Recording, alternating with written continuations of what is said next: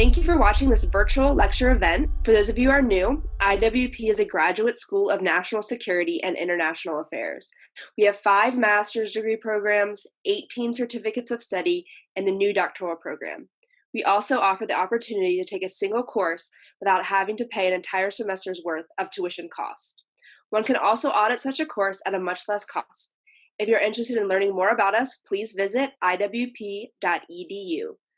Dr. Marek Chodakiewicz holds the Kosciuszko Chair in Polish Studies at the Institute of World Politics, where he also serves as a professor of history and teaches courses on geography and strategy, contemporary politics and diplomacy, Russian politics and foreign policy, and mass murder prevention in failed and failing states. He is the author of Intermarium, The Land Between the Black and Baltic Seas, and numerous other books and articles.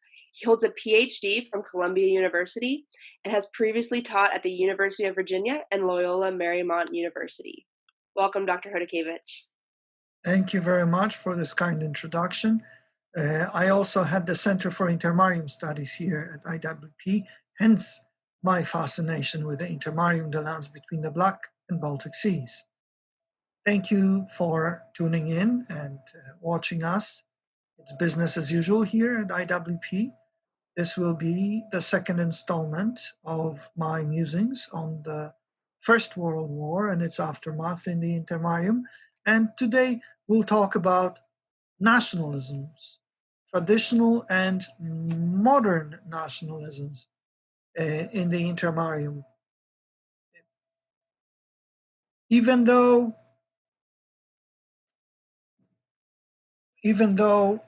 there is a precedent of nationalism dating back to antiquity, the ideology of nationalism generally is thought to have originated in the revolution in France.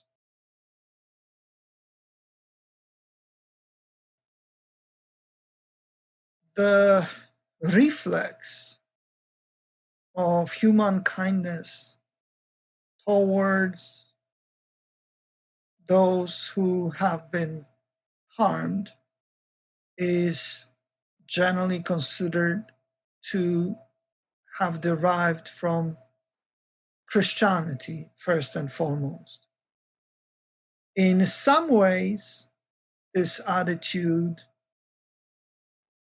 could be discerned and applied to international relations. And so the traces of sympathy of the great powers in relations to the suffering small nations occurred and surfaced in particular during the wave of Romanticism in the 19th century. Very often this had to do with ideological preferences and cold geopolitical calculations, in particular the so-called balance of power concept. Sometimes, however, this was simply a reflection of a Christian reflex, or to put it in a secular way, a humanitarian or altruistic predilections of some leaders and other people. The British, for instance, supported the Greeks against the Turks, and the Russians supported the Serbs and the Bulgarians. The French and the Americans favored the Poles against all partitioning powers. And I am not referring here to merely and solely to the activities of governments, because governments usually limited themselves to beautiful gestures, even though there were a few exceptions, in particular diplomatic interventions rather than armed interventions. But I'm referring here also to the public opinion, which emerged on an increasingly prevalent scale in the 19th century. And public opinion was shaped by the ubiquity of the media, of the press, of the mass press. In particular, in the so-called progressive circles, there emerged opinions and even organizations which were geared to support nationalisms of the so-called small people or little people. As far as Poland is concerned, according to Marx and Engels, who loved the Poles because of their revolutionary potential in destroying the old order, Poland, according to this take, was fulfilling a very useful role in the progressive scheme of things. Yet at the same time, the creators, the founders of communism in the 19th century hated and scorned the small nations or little people.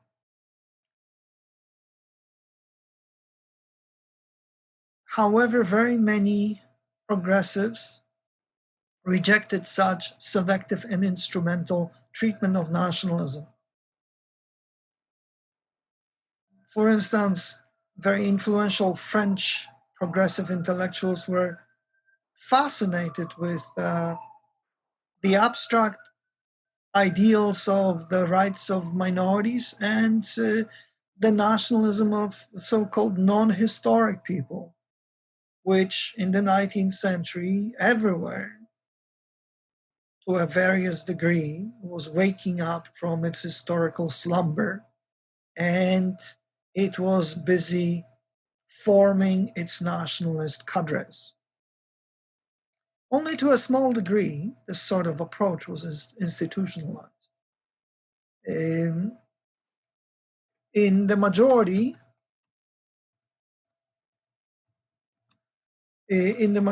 of cases, we're talking about a certain general attitude, about a certain influential sentiment, especially in the West. It emerged from the spirit of the time and ethics. First of all, crushing the little by the great appeared to most people as simply churlish and criminal. And secondly, people reflexively identified with the underdog, who were under attack by the powerful ones. Hence, the underdog was perceived to be always right in a moral sense. Thirdly, from this sort of thinking, there is only a step to recognize that the guarantee of security for such little peoples is an international recognition of the doctrine of sovereignty. Thus, when World War I broke out, public opinion in Allied countries would soon over the fate of the little Belgium and little Serbia.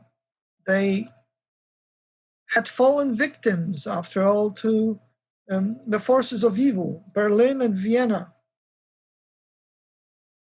And they served as the main argument justifying the entry of London, Paris, and Petersburg into the conflict. That's why Russia, England, and France joined the fray, precisely to defend the little ones, little nations.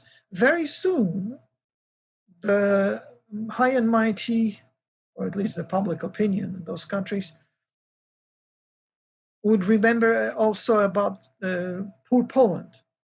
This narrative was grounded in a nearly universal recognition of nationalism and national consciousness as the most important marker of the dynamics of internal relations of nations as well as international relations. The crowning of this process was the emergence of the consensus about self-determination of nations.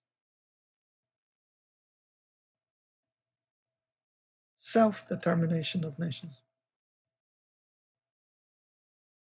Meanwhile,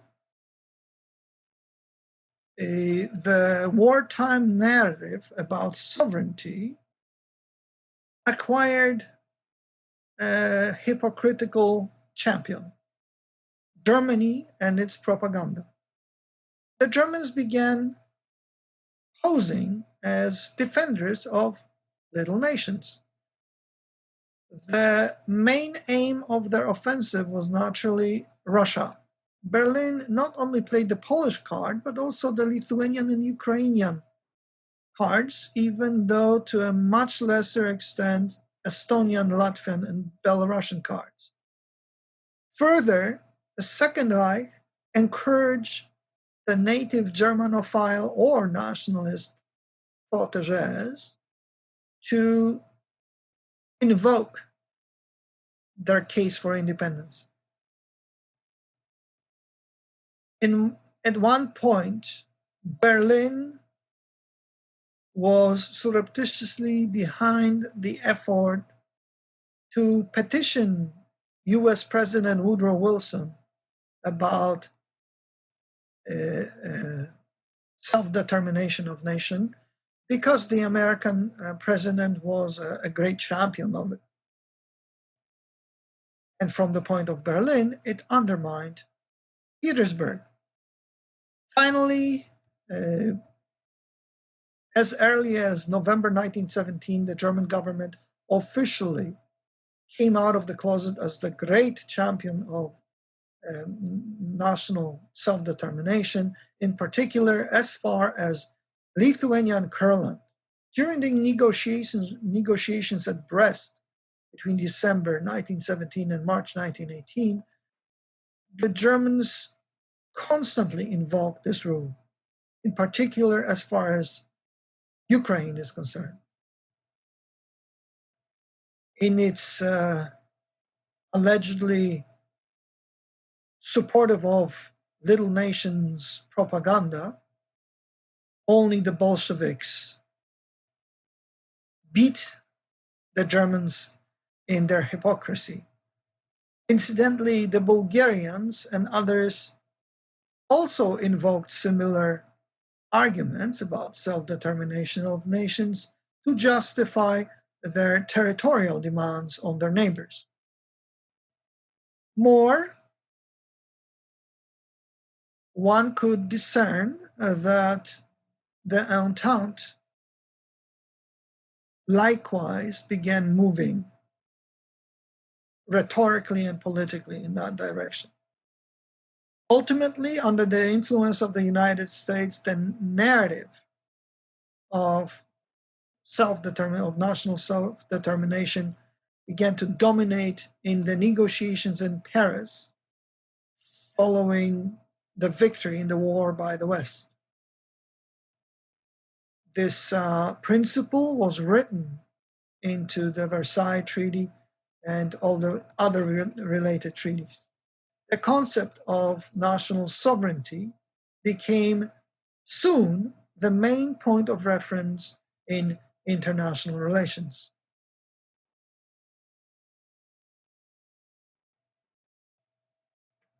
Self-determination of nations is propelled by nationalism.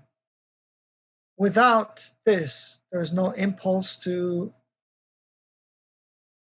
admit, to confirm, to believe that freedom or independence of a collectivity referred to as nation is a conditio sine qua non for such an entity to exist and prosper. Nation as an organization makes no sense without mass support for such an entity. Nationalism is a collectivist ideology. It means organization of society according to the commonality of language, geographic area, culture, religion, and history. Nationalism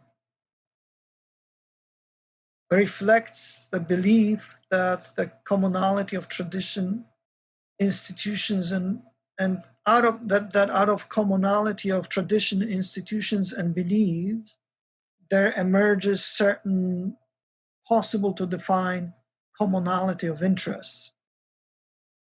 It is supposed to guarantee a harmonious internal development of nations, although it does not have to be the reason for any external conflict with a neighboring nation.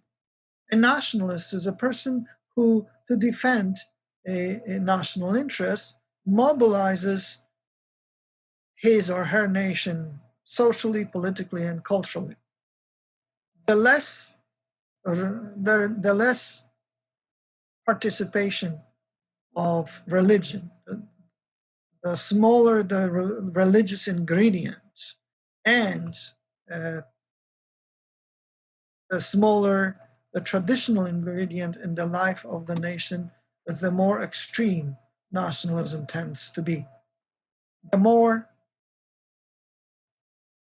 one is convinced about threats to national interest, the more extreme nationalism becomes. This is at least a definition of modern nationalism. It defines this ideology because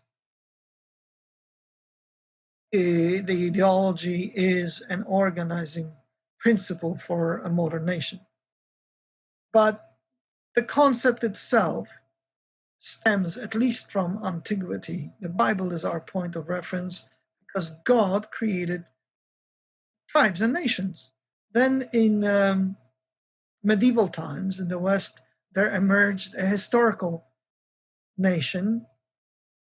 So in, say, the Polish or Hungarian context, the knights, nobility.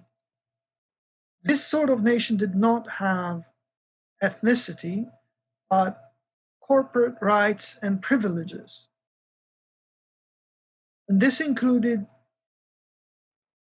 corporate estate consciousness, regional consciousness, and a sort of a proto-national consciousness. This nation would identify itself by recognizing similar participants in the entire kingdom, and also with the monarchy as the emanation and the symbol of the system. Because in the old Commonwealth of Poland-Lithuania, the nobility constituted at least 10% of the people, this sort of a proto-nationalist consciousness was extremely ubiquitous.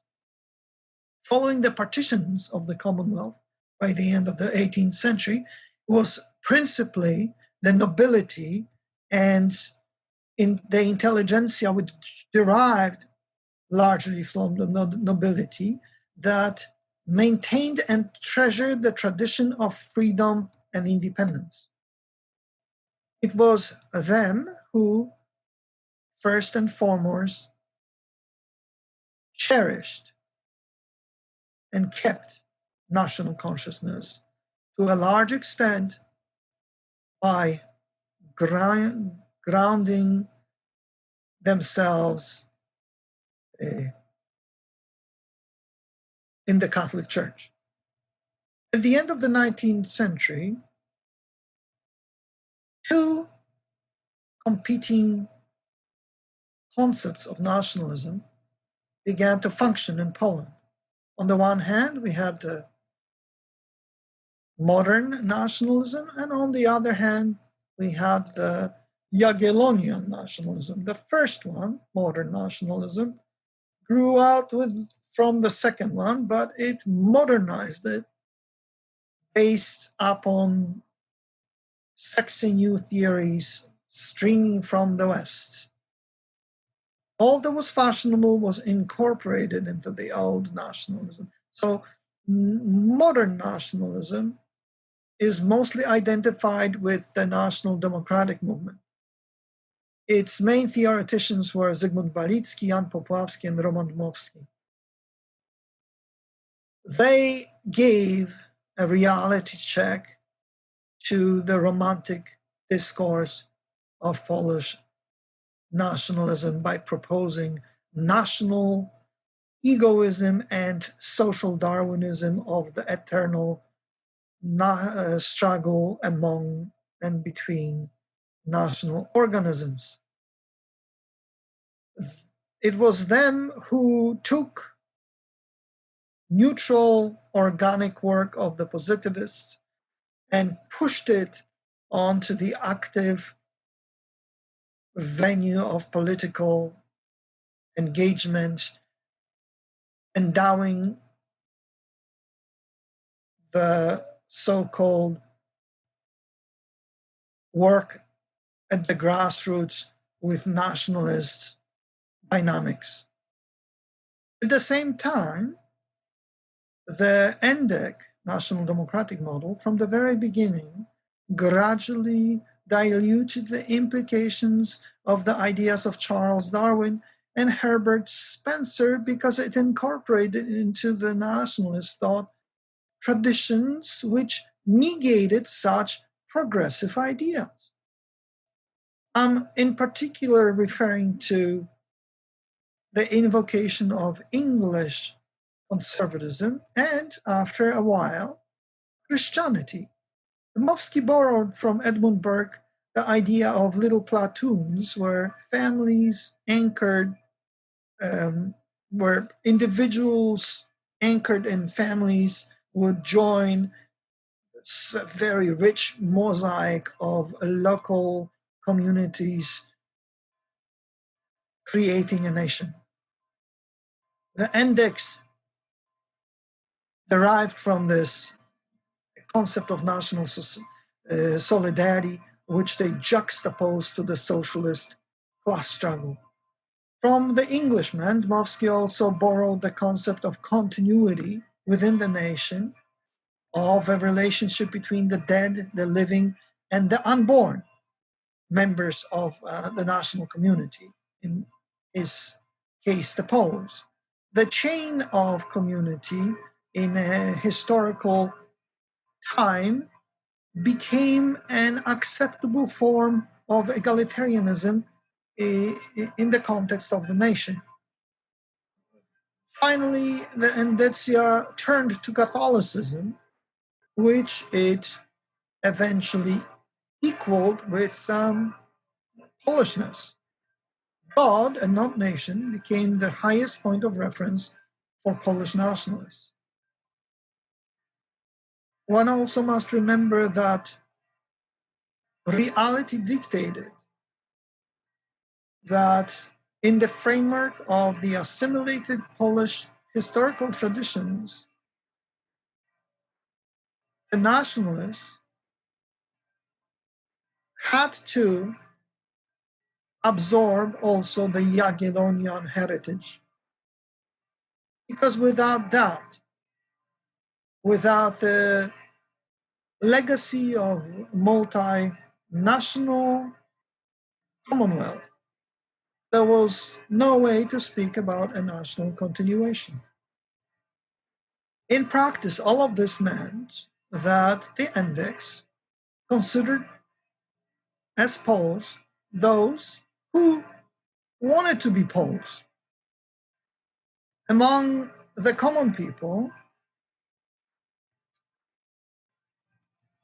they were limited to workers and peasants who happened to be Catholic and who derived mostly from ethnic Poland. Unfortunately, Lithuanians, Ukrainians, Belarusians, and Jews increasingly rejected Polish nationalism in the name of their own freshly awakened integral nationalisms. But the index, with no problem, embraced ethnographic tribes such as Kashubi, Mazurzy, or Silesians, as well as Slavic and Baltic people, including the Ruthenians and Lithuanians, if those elected Polishness. The index also were very open to peoples apparently alien, such as the Armenians and others. The same concerned people of different religion, such as Muslim Tatars or Lutherans in Chechen Silesia, as well as elsewhere. Despite the fact that Index evolved a very strong anti-Jewish program, but Jewish assimilators, in particular Christian converts, were welcomed so long as they expressed their great desire to become Polish nationalists. In such situations, Jewish roots didn't count at all, and this rule applied to a certain degree to Polish patriots of Jewish origin in various others, non-nationalist Polish orientations. The further to the left, however, the more reluctance to bestow upon such people this privilege of Polishness. Because for the index, Polishness was foremostly a compliment, a question of an honorific title and distinction, and thus an emanation of a common Polish culture. It was not a question of race, blood, or ethnicity. Despite the modern coat paint, even among the so-called modern Poles of Dmowski, there dominated to a large degree elements of continuity with the old Commonwealth.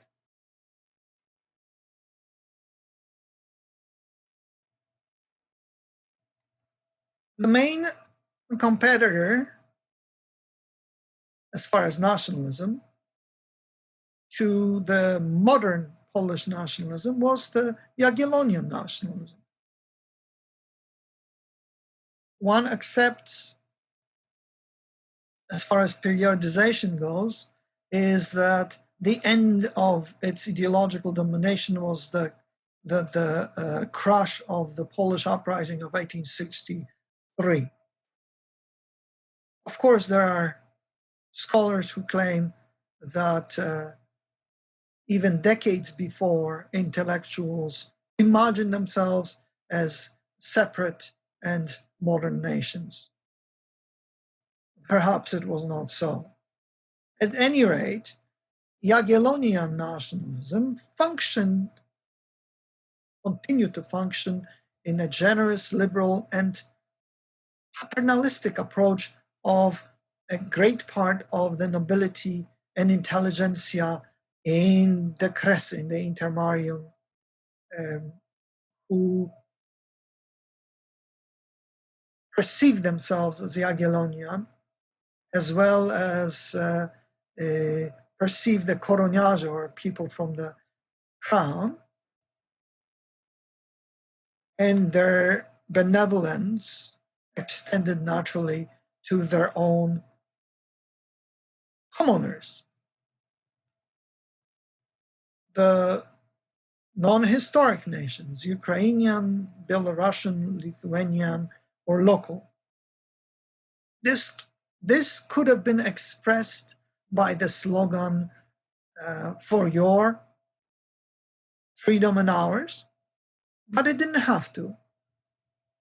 Perhaps more often it was expressed by a general patriotism, uh,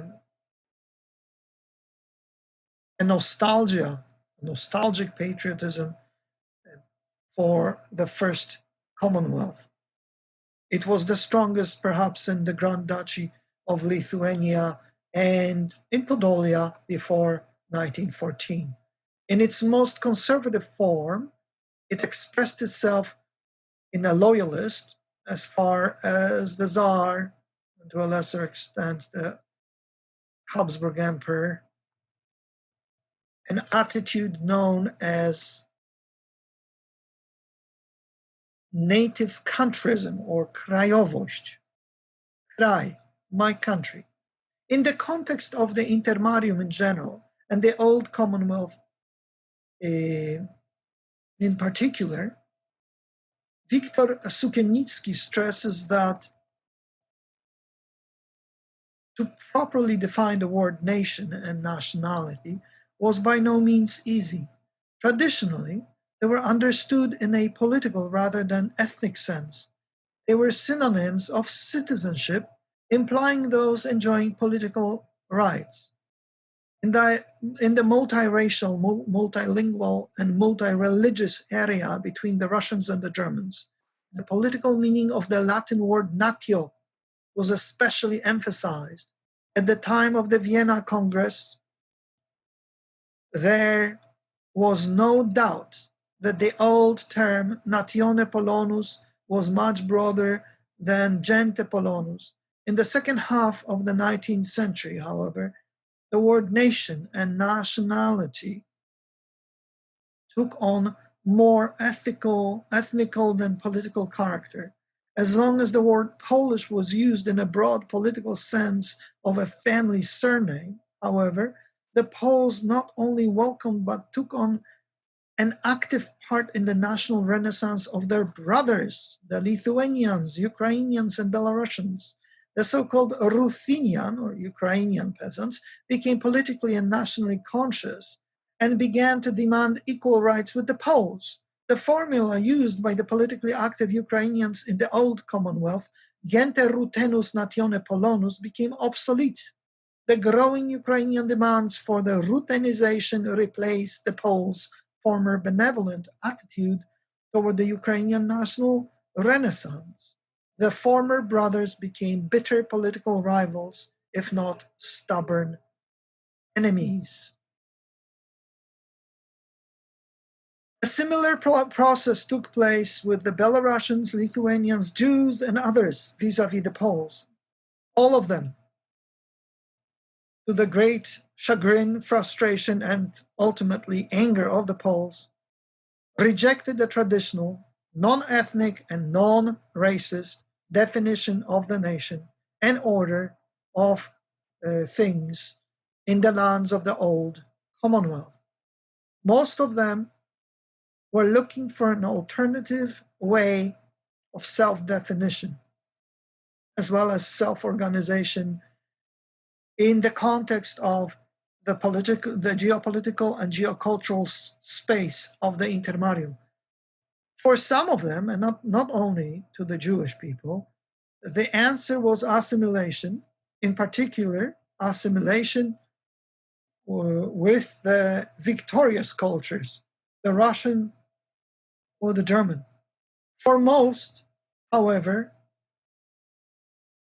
the nationalist paradigm hold.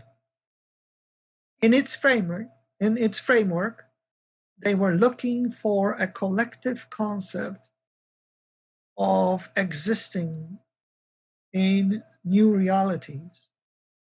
And nationalism, for most of them, was reflexively and automatically a negation of Polishness, and first and foremost, the Jagiellonian version of nationalism.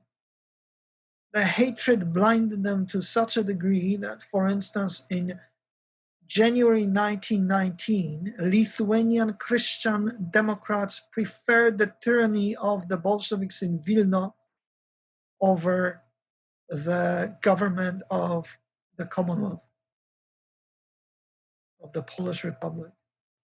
Having rejected Jagiellonian nationalism and any tie to Polishness whatsoever, Polishness that would be either traditional or modern, folk nationalists, referring to the Ukrainian,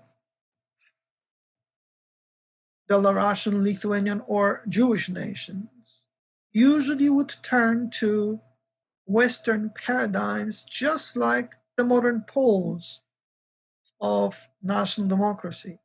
However, unlike the Polish index, folk nationalists of other ethnoses very frequently, as a rule, ignored religious sources in their ideology.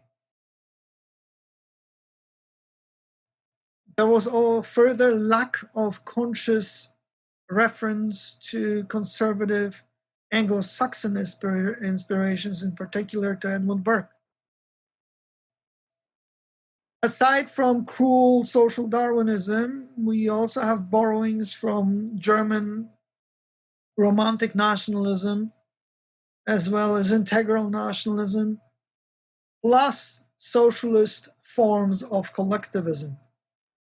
They were under the influence of Blut and Boden, the blood and soil notions, as well as the folk ethnic movement, Völkische Bewegung.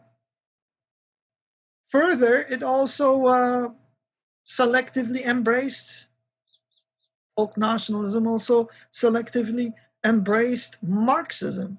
This last development was an important element of their ideology because it allowed folk nationalists to marry the elements of class struggle and ethnic struggle against the so-called Polish lords. Out of all this, integrism arose. It crystallized rather slowly and was fully articulated only after World War I. When we take the Ukrainian example, this hybrid was called active nationalism. Its basic rules were elaborated by a former socialist, Dmitry Donsov. The idea of active nationalism was based on deification of nation and rejection of all traditional moral commandments as far as serving the nation. There was no God, but one was supposed to worship the nation. This was a recipe for neo-paganism with all the implications. The shortest explication of this nationalist folk nationalist neo-paganism comes from Stepan Lenkowski's Decalogue of Ukrainian Nationalists. Point 1, thou shalt win the Ukrainian state, or thou shalt perish in the struggle for it. And then, thou shalt not cringe and hesitate to execute and carry out the greatest crimes if the good of the cause dictates so. Hatred and trick must be used to meet the enemy of your nation. For the folk ethno-nationalists, the business was quite straightforward. His nation was the best as a homogeneous entity at many levels: linguistic, cultural, social, political, religious, and racial. An ethnic folk ethno-nationalist sang the paeans of his own particularism, and then he would attack universalism. Sometimes he was capable of dressing his own separateness in particular and folkloristic symbols, as well as a variety of myths, which would be, however, written in the historical context deriving from historical universalism, as was described earlier by Wiktor Sukiennicki.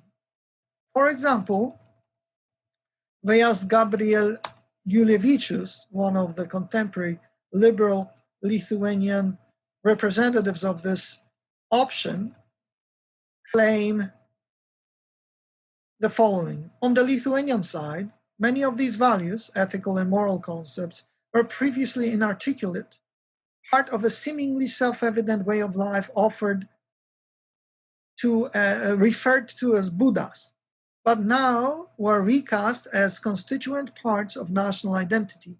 Lithuanian Tvarka order, by contrast, did not have the same tie to state power as the German Ordnung. As was only natural for a peasant people who had not had an active role in government, the idea of Tvarka derived from the reality of the farm household. This can even be traced to the word itself, related to words for fencing and enclosure, as well as creation. Tverti. In the Lithuanian movement's first secret political manifesto from 1916, concepts of a unique culture consciousness were held up as homegrown order, an alternative to an outside domination. The 1916 proclamation statement of the people's unique character and values now presented these as national consciousness. Significantly, it referred to the people as a tauta, an archaic Indo-European term. The common translation of tauta as a nation is an incomplete shorthand rendering missing its distinctive meaning. Nation locates identity in birth, natio. Tauta, however, is different, originally meaning troop, crowd, or a band of fighters.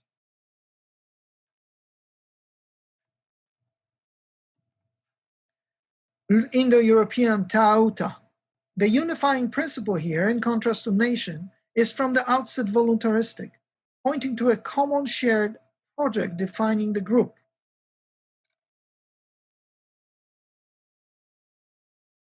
Let us look closer at this attempt to apologize for Lithuanian integral ethno-nationalism. This is a very sophisticated maneuver to infuse it with liberal and universalist elements. Its integralism is instrumentally hidden, pretending that it does not derive from the modern European nationalist ideology, and that instead is completely sui generis. Further, this sort of nationalism illegitimately ascribes to itself an alleged universalism by partly invoking a rhetoric which is surreptitiously, without attribution, borrowed from the reactionary krajowcy, the countrymen, ideologues. But let me explain a few phenomena first. Before modern nationalism arose, there existed long before historical nationalisms and proto-nationalism.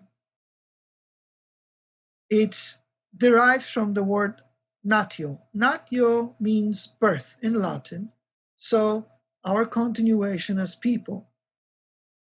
First of all, that means children of God. Second, children of our mother and father, belonging to a family, a clan, tribe, and nation. Third, individuals who inherited the legacy of our cultural milieu, social milieu, economic and political milieu. And fourth, us as a biological expression, us as genetic material. That's what natio means. Natio transformed through the culture, old French culture, as nation began to mean the place of birth. And therefore natio became synonymous in a way with the word patria, motherland, fatherland. In its medieval meaning, natio signaled a political nation, so chivalry and nobility.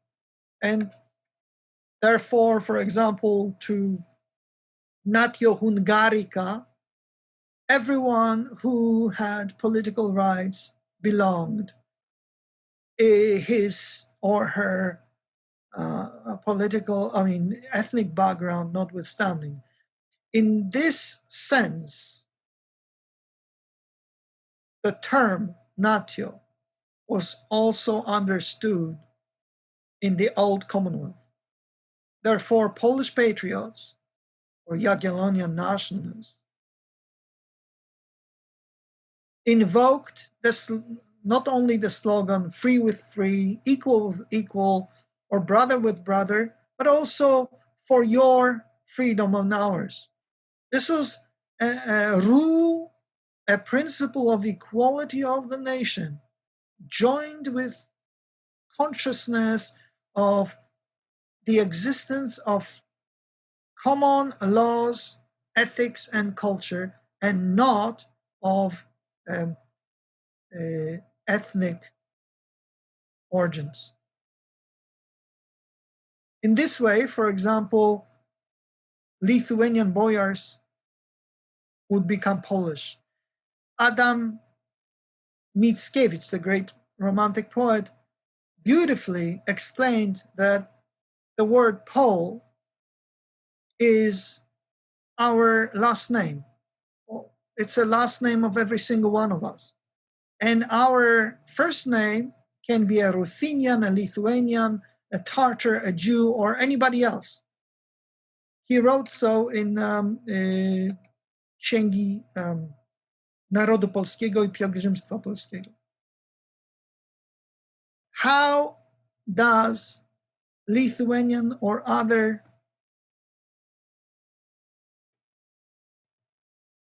ethno-nationalism fit into this picture? Not at all. The word tauta in Lithuania currently means nation or people. However, in its original archaic meaning, meant a horde. So a wild bunch of riders setting out to conquer, rape, pillage, burn, and murder. Tauta was led by a leader. The leader, in exchange for absolute and blind loyalty, meted out the spoils of the war to the members of his horde. In Tauta, there could be no talk about any voluntarism, about any choice. There was only blind obedience or death. for, well, leaving the Tauta or doing anything that the Tauta didn't agree with. And this was at the heart of the power of the steppe people, for instance, the Mongols. Remembering such differences between universal nationalism and folk ethno-nationalism, folk ethno-nationalism, which is very particularist, let us look further at the arguments of the Lithuanian liberal nationalist author. Let us remember that he endeavors to garb ethno-nationalism in the vocabulary reflecting the sensitivities of contemporary times. In particular, let us pay attention to a very shrewd criticism by Julievicius of the Marxist critics of nationalism, in particular Eric Hobsbawm, Benedict Anderson, and Ernest Geller. He does so by invoking the liberal doctrine of free choice, as we saw in Tauta, there is no free choice, and historical folkloristic continuations of Lithuanism.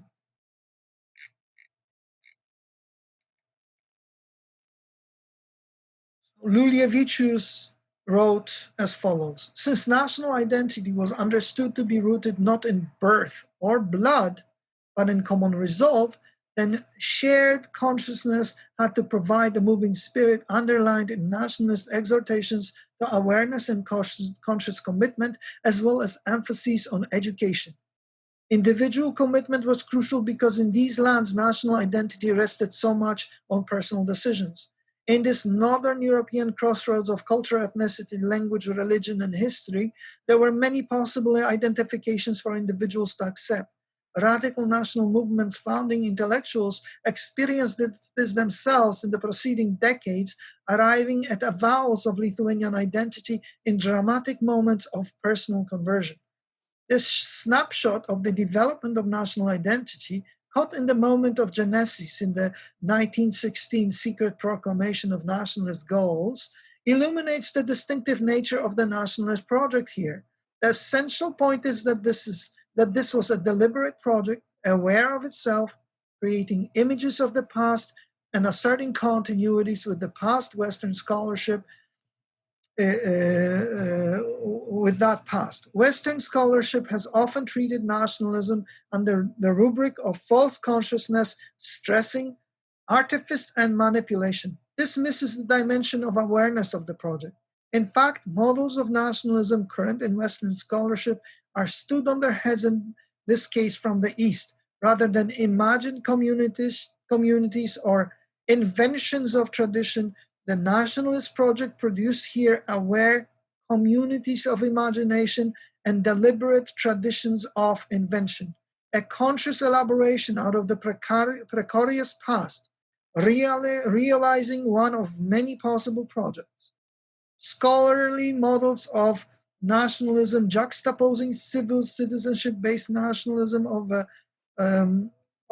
the West with ethnic birth-based nationalism of the East are thus incomplete. Here, elective ethnicity, nationality is a conscious choice, and commitment to creative tradition was another significant variant.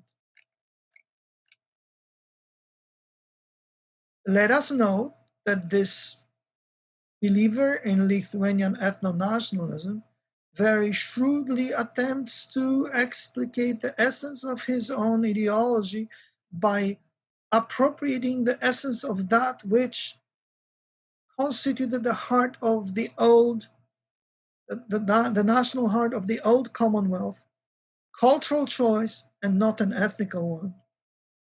Polishness in this sense was not only a choice, but rather an ethos. Polishness is not ethnical, it is ethical. ethos and not ethnos. Lithuanianism means support for self-definition of nationality in a very narrow sense of this word. Lithuanianism means exclusion. Everyone is excluded who is not narrowly defined as a Lithuanian. Because the act of a narrow definition in itself is the rejection of the universalism of the old Commonwealth. The broad, generous embrace of everyone as a Pole was an act of universalist, nationalist, or universalist Jagiellonian nationalism. In this particular sense, Poland was understood everywhere, and in particular in the Kresy, in the Intermarium. However, according to Viktor Sukiennicki, Lithuanian objective theory denied the individual a possibility of free choice of nationality or mother tongue. Integral Lithuanian nationalists denied or contradicted the fact that on the territories of the Grand Duchy of Lithuania, people of Lithuanian or non-determined origin who spoke Polish and who pointed to the old Commonwealth as their motherland. They denied that those people had the right to consider themselves as Poles in a historical sense or any other sense. At best, such people were considered lost sheep, and at worst, they were considered traitors. Further, the choosing of Lithuanianism, in fact, concerned a very narrow handful of integral intelligentsia, which mostly derived from the common people, but also in part from the landed nobility, which for centuries had been immersed in Polishness precisely in the sense of the first Commonwealth. Those who wanted to be Lithuanians in a modern ethno-nationalist sense had to reject this heritage. As far as common people are concerned, those who spoke the Lithuanian language, we cannot talk here about their conscious choices. Instead, we see proselytization and acquiring their loyalty in a variety of ways by Lithuanian ethno-nationalists. It was usually executed by mobilizing the ethnic Lithuanian group in the opposition to Polishness, primarily, and in a rejection of the historical universalism of the Commonwealth, because that one universalism was Polish, and it threatened under the modern circumstances, a complete disappearance of the Lithuanian nationality or its conservation without a state on a folkloristic level. Therefore, folk ethno-nationalism, Lithuanian folk ethno-nationalism, had to strive to create a separate state and had to strive for a total separation from the past and so-called Polish universalism. Therefore, folk ethno-nationalists pushed for the transformation of folklore into nationalism, universalism into particularism, common history into a selective legend. Thus, enmity towards Polishness, Poland, and the Poles. Of course, not only towards the Poles. The Lithuanian integrists, in fact, would list 3 enemies after 1915.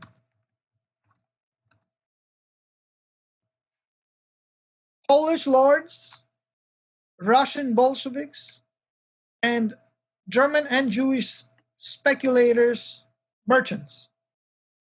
Russian Bolsheviks were enemies primarily as nationally alien, as inheritors of the mantle of the Muscovite partitioners,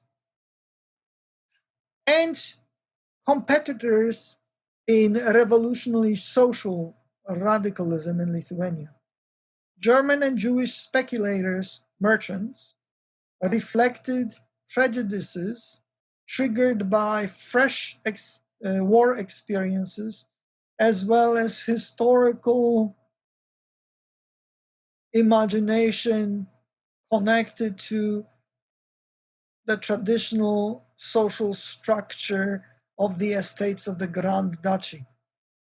In this sense, listing German and Jewish speculators, merchants, meant both the rejection of the system of economic exploitation during the German occupation, where perceptions dictated cooperation between Germans and Jews against the Lithuanian population, and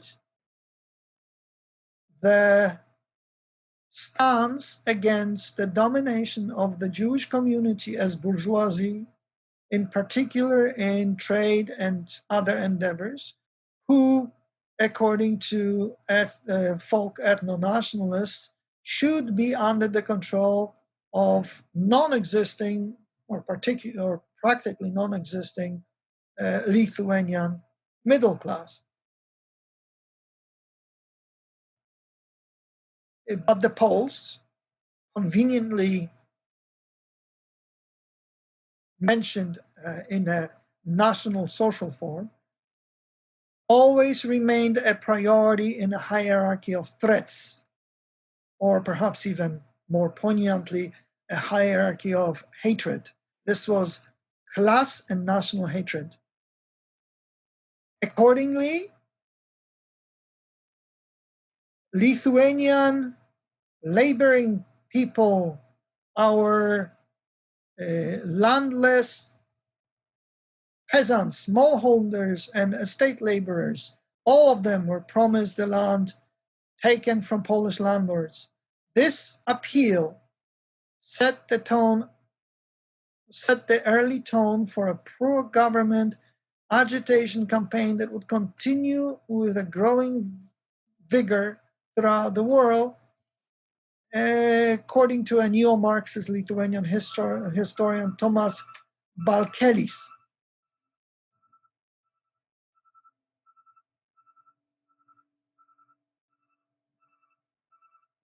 Similar processes concerned also ethno-nationalist, Belarusian, Ukrainian, Jewish, and others who came from a variety of peoples in the Intermarium. Thank you very much. When we return, we'll see the implications of this in the ideology of the concept of the self-determination of nations, according to President Wilson and dictator Vladimir Lenin. Till the next time, it's business as usual here at the IWP. I would like to thank Dr. Chodakiewicz and all of you who tuned in. If you are interested in attending other upcoming events, supporting IWP, or applying to one of our graduate programs, please go to iwp.edu. Again, that's iwp.edu. Thank you.